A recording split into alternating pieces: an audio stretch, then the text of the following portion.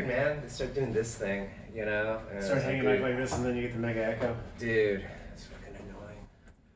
I've done a podcast before. I've done lots of like panels sitting up on stages and shit Yeah. like that. Oh yeah, like answering Q&A sort of deal. Yeah, it's either like about, you know, I've done it at like awards shows and things like that. Where Yeah. some sort of like perspective on what's going on in the industry or whatever. Right. Usually it's just a bunch of bullshit. All right, cool. I guess we'll get going. All right, so hello everyone. This is David from Blood and Guts podcast. We normally talk about gastronomy, kitchen culture, and our feelings.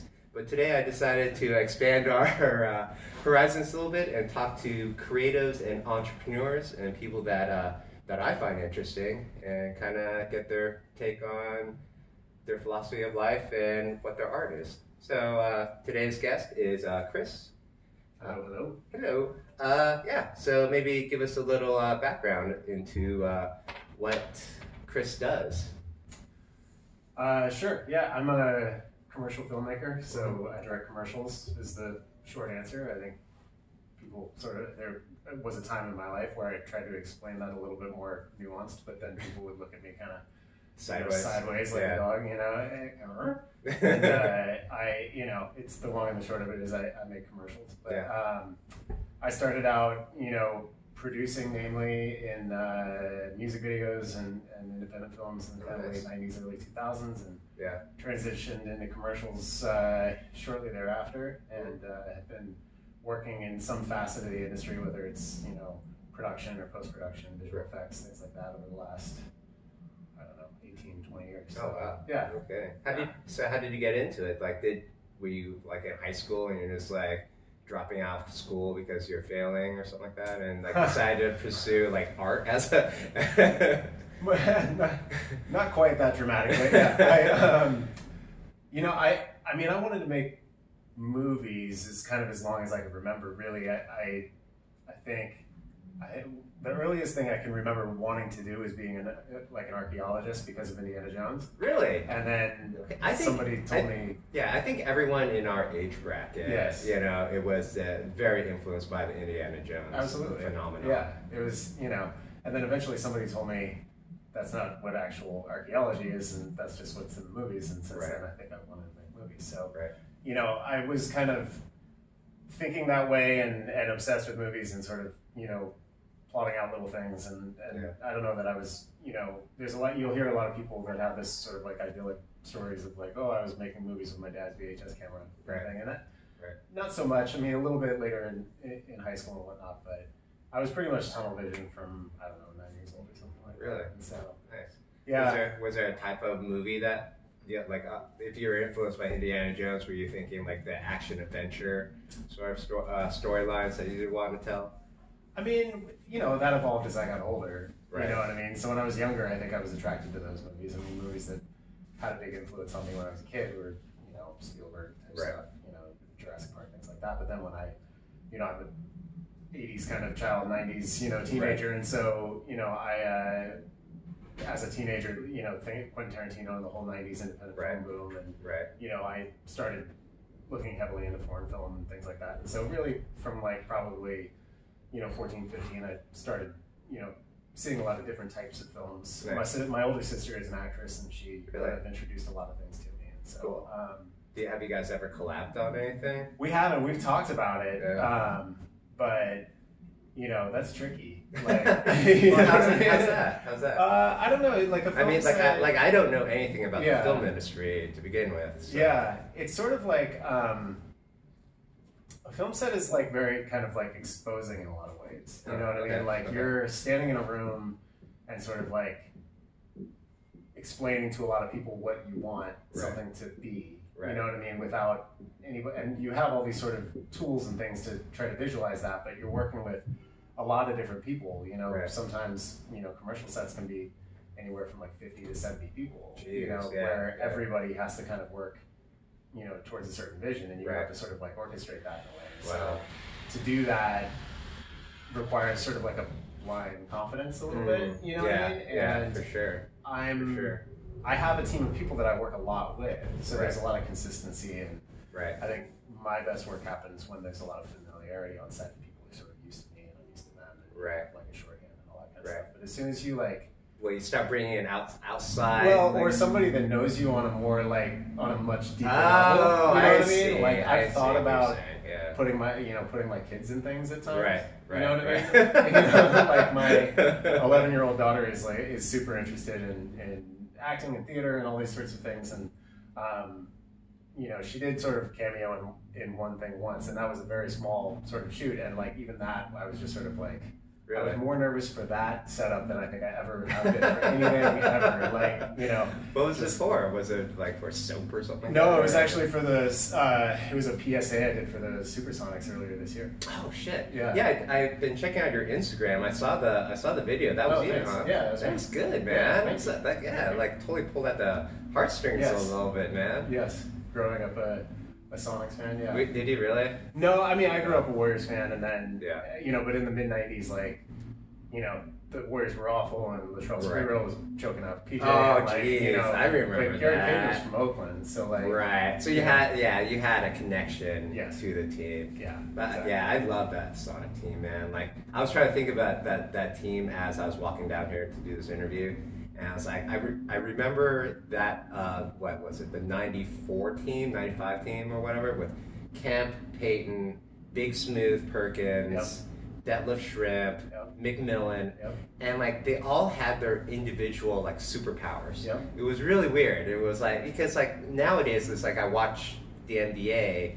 and it's kind of like they all kind of have a very similar skill bit. Similar skill Yeah, set, yeah. I yeah. mean, you have LeBron obviously, Sure, who's, yeah, you yeah. know, amazing, and then you have the sharpshooters, Yes. and you know it doesn't feel like there's a whole lot of other Yeah. people playing the game. I you know? mean, a big difference is like the centers were such a huge part of the system in those Right. days, and Kemp was like, right? you know, the best. Amazing. You know what I mean? Yeah. But McMillan is like the underrated role player Right. of that era, because Mhm. everybody talks about Payton and Kemp and Shrimp Right. as sort of like, you know, this like hipster kind of Right. guy. You know right, what I mean? right. Like, Well, he's very recognizable. Yeah, because exactly, he's- But like McMillan was like the Draymond Green of those, right. you know, right. Sonics. Like he was great defensive player, Right. you know, really good facilitator, could Right. score when he needed to, Right. you know what I mean? But Right. like just a super smart basketball player. Right. Like, Right. he was kind of like I mean, if he wasn't hurt in Right. those finals against the Bulls, I think they might have taken him. Damn, dude. Man, you took me back, dude. You took me back. Man, like my last, like speaking of like misery, like that, like being a Seattle sports fan, is the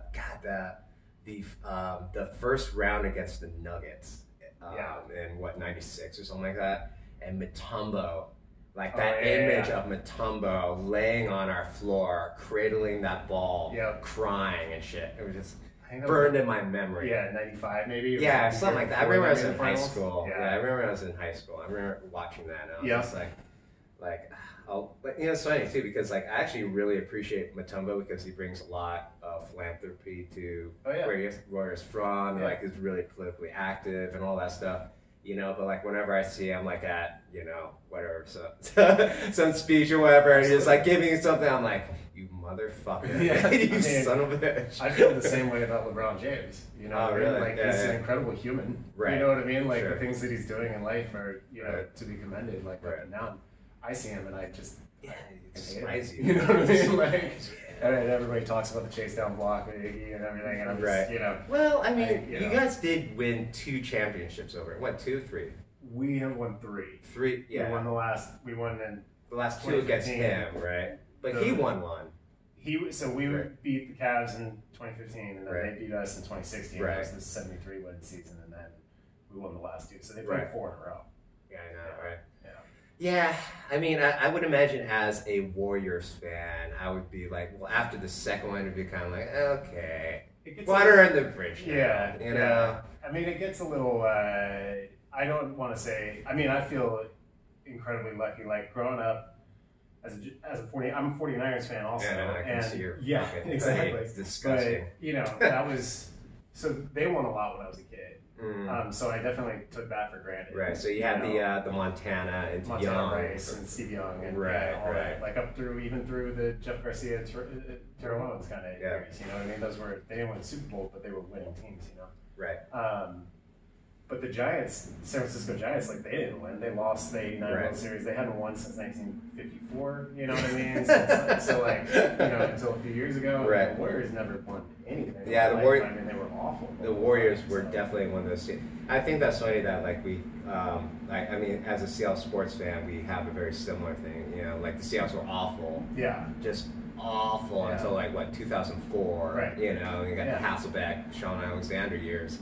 And then like kind of mediocre, and then then just amazing. Yeah. You know. And I think it's easy to sort of like start to take that for granted, and it happened in baseball. Like by the 2014 World Series, we were kind of like, okay, I guess we won another one. And it kind of feels that way in basketball too. Right. But I try to think about just like how hard it was. It was awful being a Warriors fan forever. You know what I mean? Forever. So I bet you if you bought season tickets like back then or whatever, just be you have those beautiful seats. Oh yeah.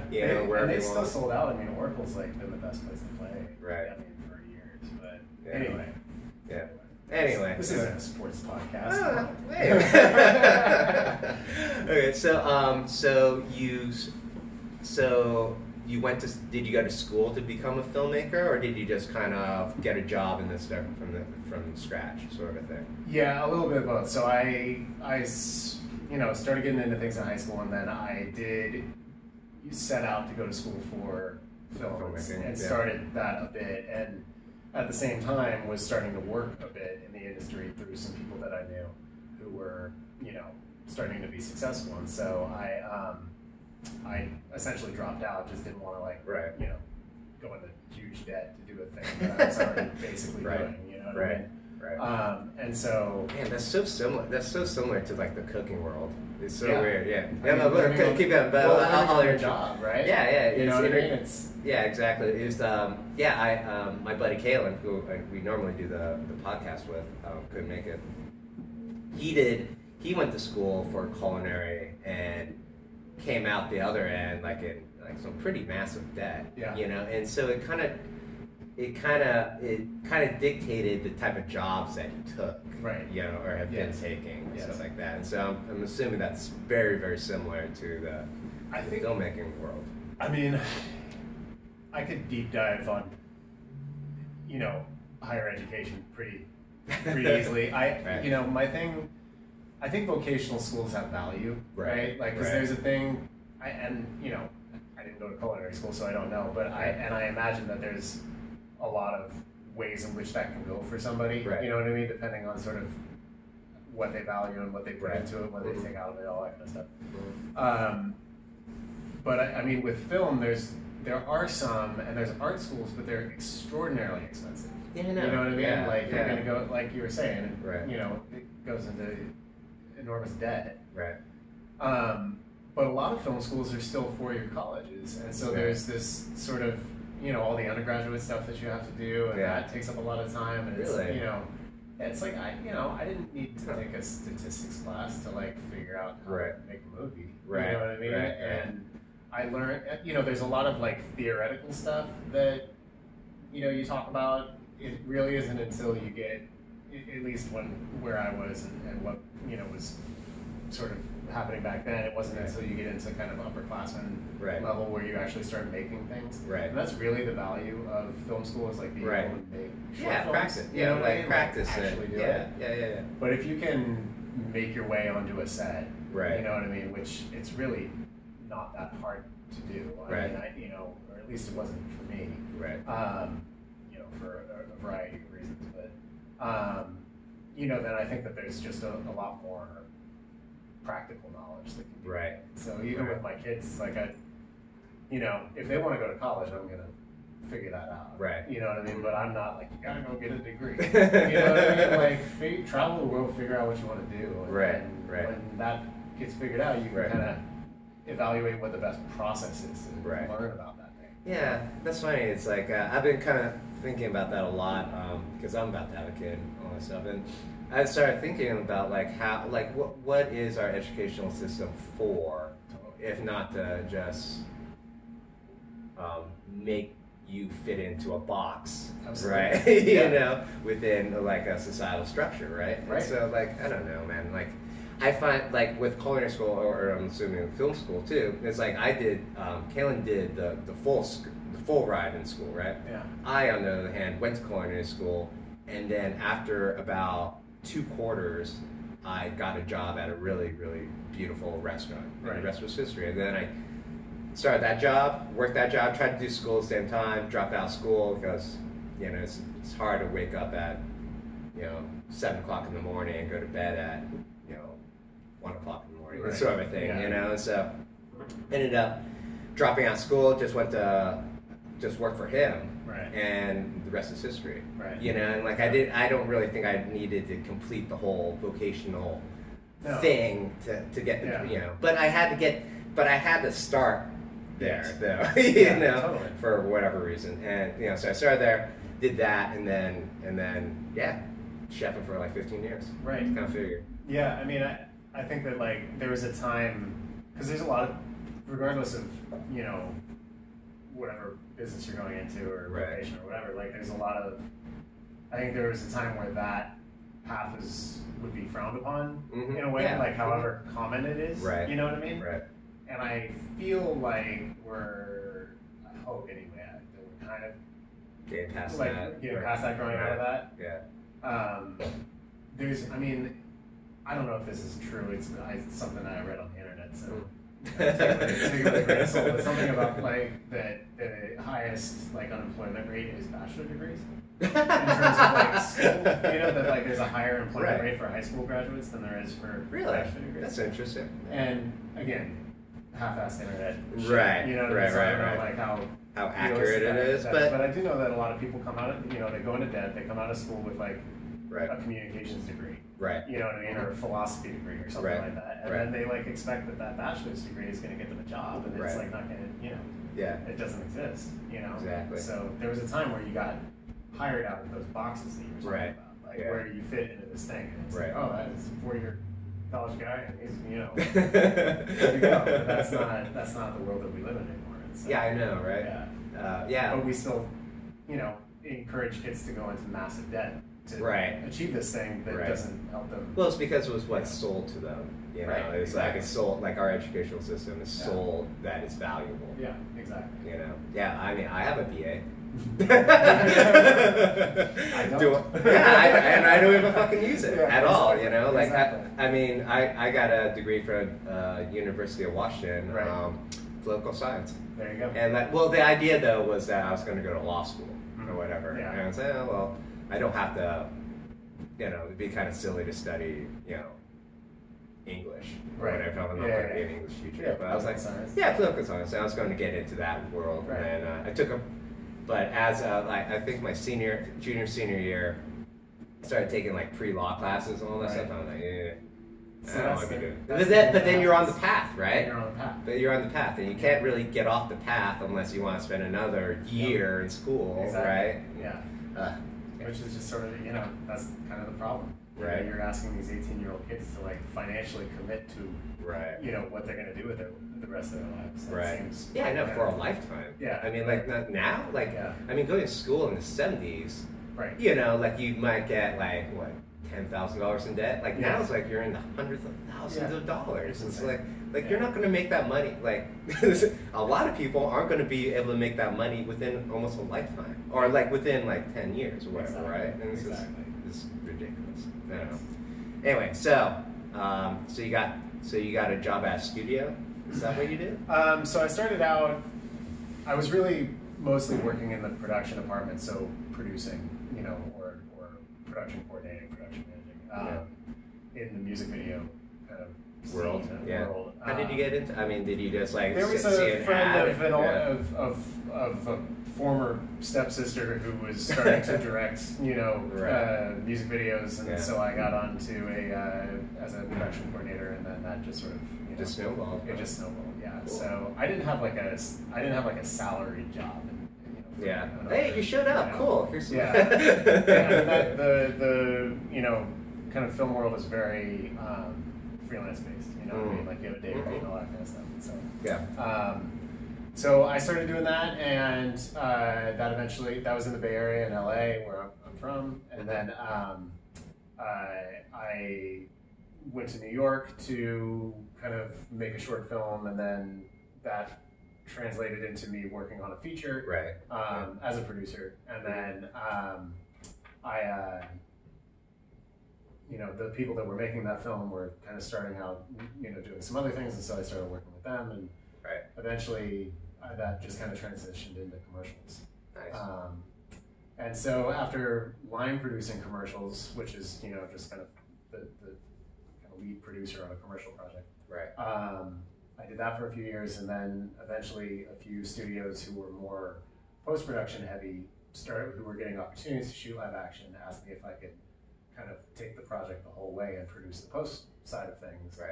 And I lied and said yes and didn't ask any stupid questions. And then eventually got into more design and visual effects driven things, and was in that world for a long time, and that kind of came full circle and took me back into live action, working at a studio that didn't have a lot of live action experience, but in me coming over, I brought a lot of those types of projects, and somebody needed to direct them, and I had the most experience in that kind of world, and I've been doing some personal projects and things like that. So that kind of catapulted me back into the world of live action, which is what I do now.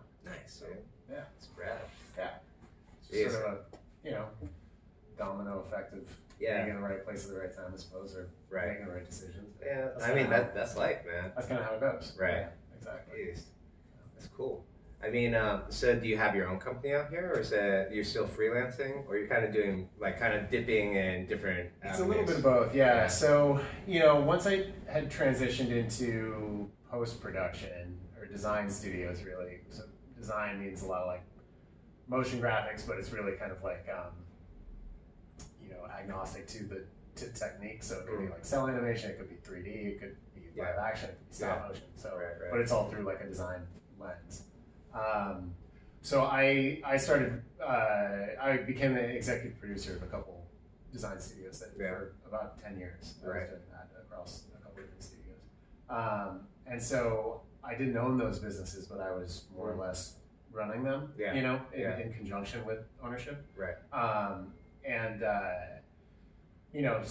those were incredibly educational experiences, and learned a lot about business models, and I mean, this industry is primarily run by creatives, you know what I mean? So not a lot of MBAs running around, you know what I mean? So is that a good thing or a bad thing?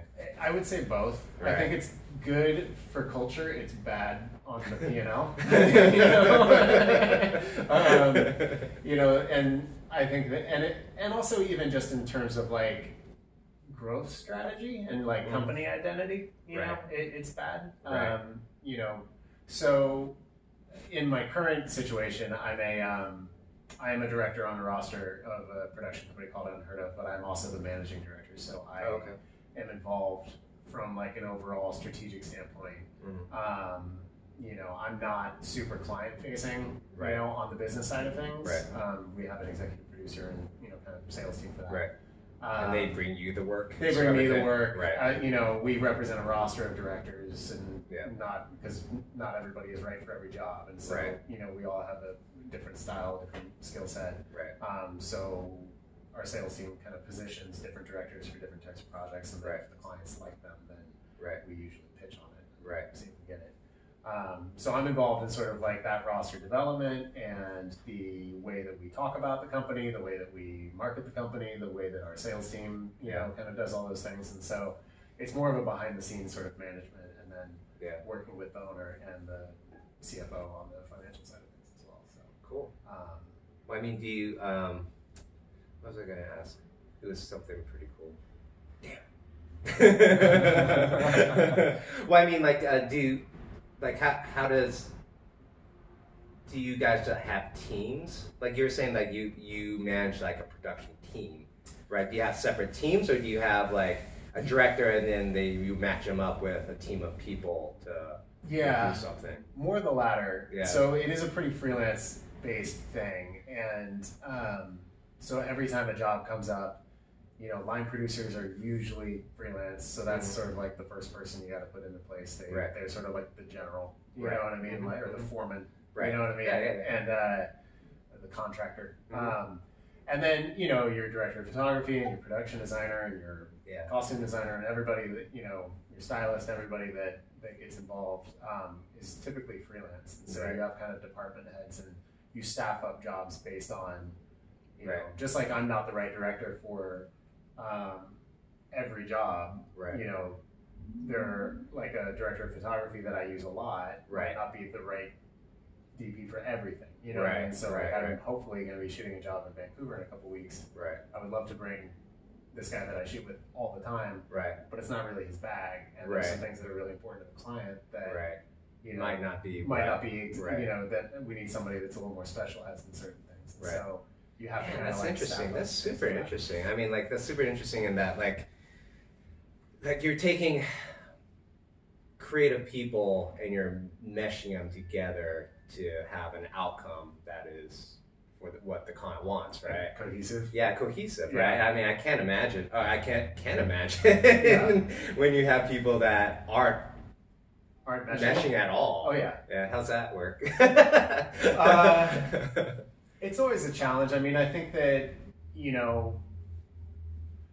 when if you're a kind of like a bad seed or bad, if you've got like the wrong kind of vibe on set, then you don't typically get hired again. And so most people on the crew, you get filtered. Exactly. Most crew members are really professional and meld themselves well to the director's working style or like their kind of keys working style. So like the camera department will meld their working style to what the DP is used to. Or same with the director of photography. So like same with the art department. So I think that a lot of tone setting happens from the director, from me. You know what I mean? It's sort of if I tend to not run a super serious set. You know what I mean? Like it's not like everybody's down. I'm not like a yeller and a screamer. You know what I mean? I tend to joke around with people. I tend to just kind of have more of a.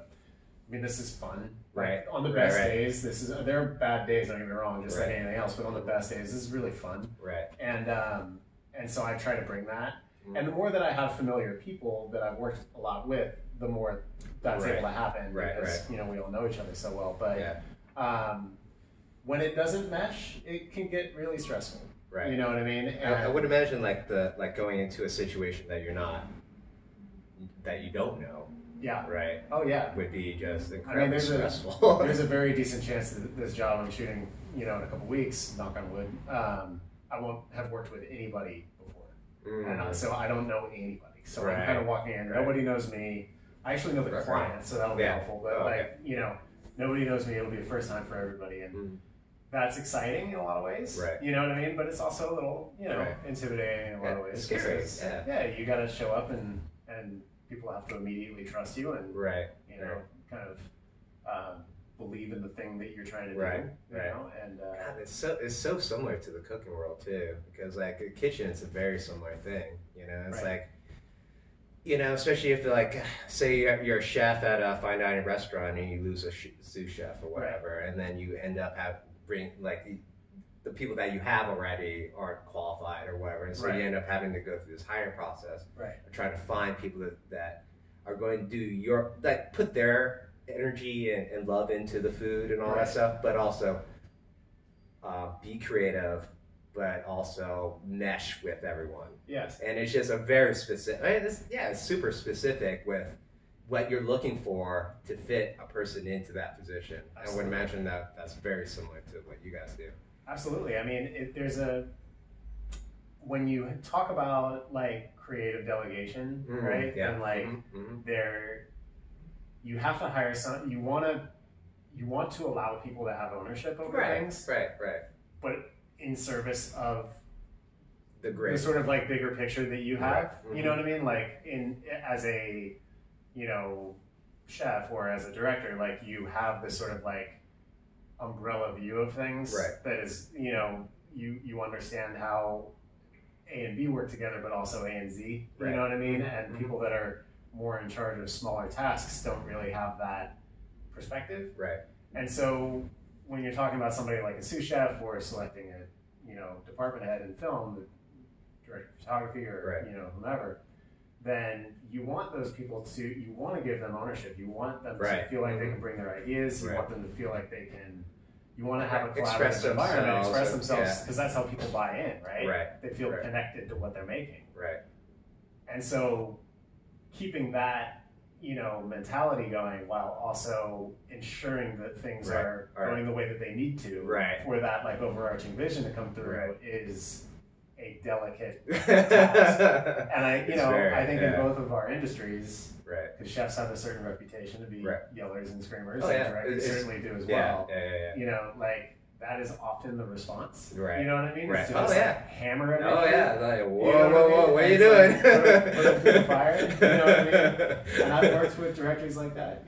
Some with relatively famous names that we won't get into, but it's like, and at the end, it's like the work is great. The work is great. It's unbelievably like fantastic. Right. But the experience great? And I don't know. I feel like that stuff comes across, and I imagine, at least as somebody who likes to eat food, I like to think that comes across. I don't know how true that is, but like at least in my romantic notion of food, it does. It depends. Okay, so the restaurant industry is kind of going through a paradigm shift in that because it was an apprentice-based industry, right? So you start at a very low level in a restaurant, you work way up, and eventually, and generally speaking, like the chef that you're working for came from the same thing. And because you're working under that mentorship sort of situation, most people that survive that type of work environment, working 18-hour days,